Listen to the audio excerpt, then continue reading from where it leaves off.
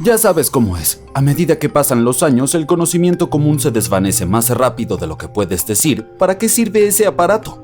Solo imagina, probablemente nuestros nietos se estarán rascando la cabeza con los botones de nuestros antiguos teléfonos, así que no es de extrañar que algunos artefactos de antes también nos tengan perplejos.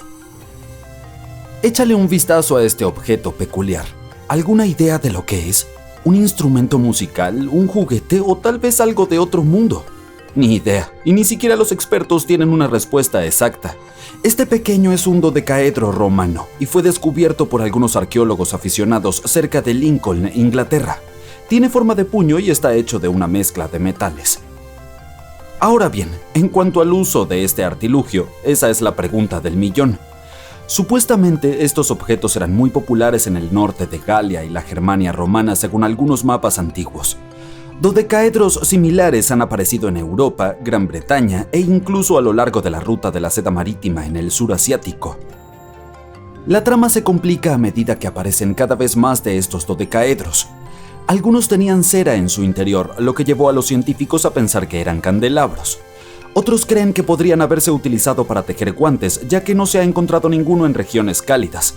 Incluso hay uno hallado en Ginebra que tiene los signos del zodíaco grabados, lo que ha provocado algunas teorías esotéricas sobre la adivinación.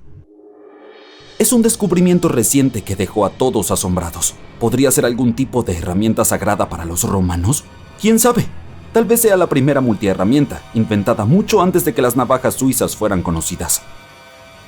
Las bolas de piedra talladas de Escocia son otro misterio histórico. Lo más probable es que daten del período neolítico tardío y vienen en varios tipos, desde arenisca hasta granito.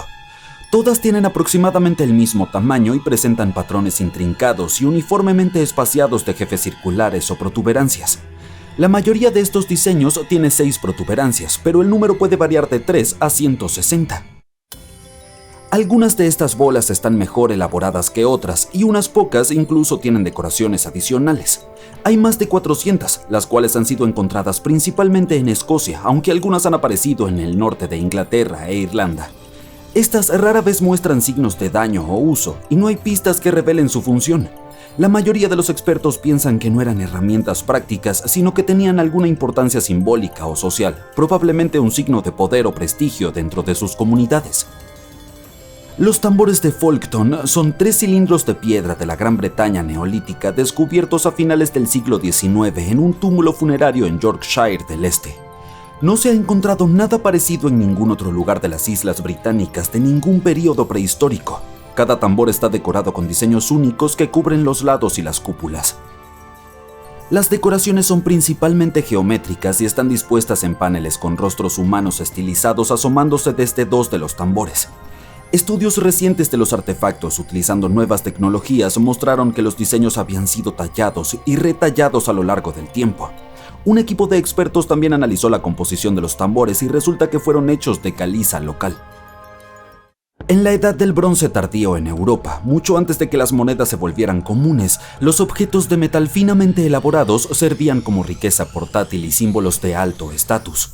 En toda Europa, los arqueólogos han encontrado todo tipo de artefactos, desde adornos de oro usados por las élites hasta grandes calderones de bronce utilizados en banquetes. Unos anillos de oro bellamente decorados descubiertos en Gales se encuentran entre estos objetos. Son conocidos como anillos de bloqueo y puede que se hayan utilizado para sujetar el cabello. Están aplastados después de haber pasado casi 3000 años bajo tierra. Solían tener aberturas en forma de cono en cada extremo. Fueron hallados en diferentes momentos, pero probablemente eran usados como un par y fueron enterrados juntos en un solo montón. Otros artefactos romanos hechos de aleación de cobre fueron catalogados inicialmente como pendientes en forma de luna. Pero durante un reexamen reciente, expertos encontraron que estos artículos eran en realidad pequeños conjuntos de mortero y mano, conocidos como molinillos cosméticos. Eran utilizados para moler minerales para maquillaje y estaban diseñados específicamente para aplicar delineador y sombra en los ojos. Fueron confundidos con colgantes debido a los bucles de suspensión que permitían llevarlos en un cordón. Estos conjuntos de cosméticos del primer siglo de la era actual eran exclusivos de Gran Bretaña. Demuestran la influencia de los cosméticos importados y las tendencias de belleza de las provincias mediterráneas y romanas, incluida Egipto. El cubo Salzburgo, también conocido como hierro de Wolfsegg, fue descubierto a finales del siglo XIX en Austria. En realidad no parece un cubo, sino más bien un objeto redondeado con dos lados planos. En el centro tiene una ranura y su superficie está cubierta de hoyos y cráteres. Trabajadores encontraron accidentalmente este artefacto cuando hicieron estallar un trozo de carbón.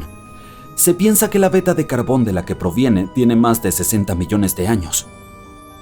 El cubo Salzburgo fue trasladado entre museos, desapareció misteriosamente a principios del siglo XX y luego volvió a aparecer. Algunos investigadores pensaron que podía ser un candelabro de la época victoriana, pero aún nadie conoce su verdadera historia ni su ubicación actual. Arqueólogos desenterraron un hallazgo histórico increíble en Pakistán, una antigua esfinge estimada en alrededor de 12.500 años de antigüedad. La región donde fue encontrada fue una vez un centro concurrido de la antigua civilización del Valle del Indo. Tenía una planificación urbana avanzada, arte intrincado y sistemas de drenaje sofisticados. El descubrimiento de la antigua esfinge es un buen ejemplo de su arte progresivo. Todos conocemos la gran esfinge de Giza, pero ¿cuál era el significado de la esfinge en la cultura del Valle del Indo? Esta tiene diseños y tallados que muestran escenas de sus actividades diarias, lo que significa que podría haber tenido un papel más complejo que el de un símbolo de poder o de guardián. Podría haber representado un equilibrio entre los seres humanos y la naturaleza, o incluso una deidad asociada con la agricultura.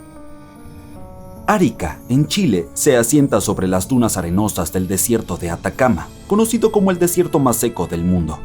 Mucho antes de que este pueblo costero fuera construido en el siglo XVI, el pueblo chinchorro consideraba a esta región su hogar. Los arqueólogos encontraron cientos de sus momias. La datación por radiocarbono mostró que estas tienen más de 7.000 años de antigüedad, lo que las hace 2.000 años más antiguas que las famosas momias egipcias. Los chinchorro usaban técnicas especiales para preservar las momias, no solo confiando en el clima seco para ello. Y a diferencia de los egipcios, no lo hacían solo por los miembros de la élite de su sociedad, sino por todos, sin importar la edad o el estatus que tuvieran. La gente que vive en Arica ahora está tan acostumbrada a encontrar momias en sus patios traseros que no les parece raro vivir entre ellas. En el invierno de 1850, una poderosa tormenta con mareas excepcionalmente altas golpeó la costa oeste de Orcadas, Escocia. El viento y las olas arrancaron el césped que cubría un montículo y revelaron estructuras construidas con piedra debajo. Un anticuario local decidió excavar la aldea que él creía que era de la Edad del Hierro. Logró desenterrar los restos de 4 casas y muchos artefactos de 2 aldeas. Los poblados habían sido enterrados bajo la arena, por lo que todo estaba muy bien conservado.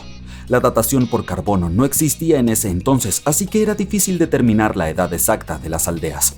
Casi un siglo después, con las nuevas tecnologías, los investigadores finalmente pudieron descubrir que el lugar era en realidad de los tiempos neolíticos. Todavía se pueden ver aparadores de piedra y camas de caja en las casas prehistóricas. Arqueólogos e historiadores que trabajan con el famoso ejército de terracota piensan que podría haber sido inspirado por o modelado a partir de esculturas griegas antiguas. Esto significaría que hubo un contacto cultural entre Oriente y Occidente antes de lo que pensábamos, mucho antes de la ruta comercial de la Ruta de la Seda. Probablemente hubo influencia occidental en China durante la era de su primer emperador, quien asumió el trono en 246 antes de la era actual. Antes de esa época, China no tenía una tradición de construir esculturas de tamaño natural. Los soldados de terracota anteriores eran mucho más pequeños, de menos de 25 centímetros de altura. Es posible que incluso haya habido artistas griegos presentes para entrenar a los escultores chinos.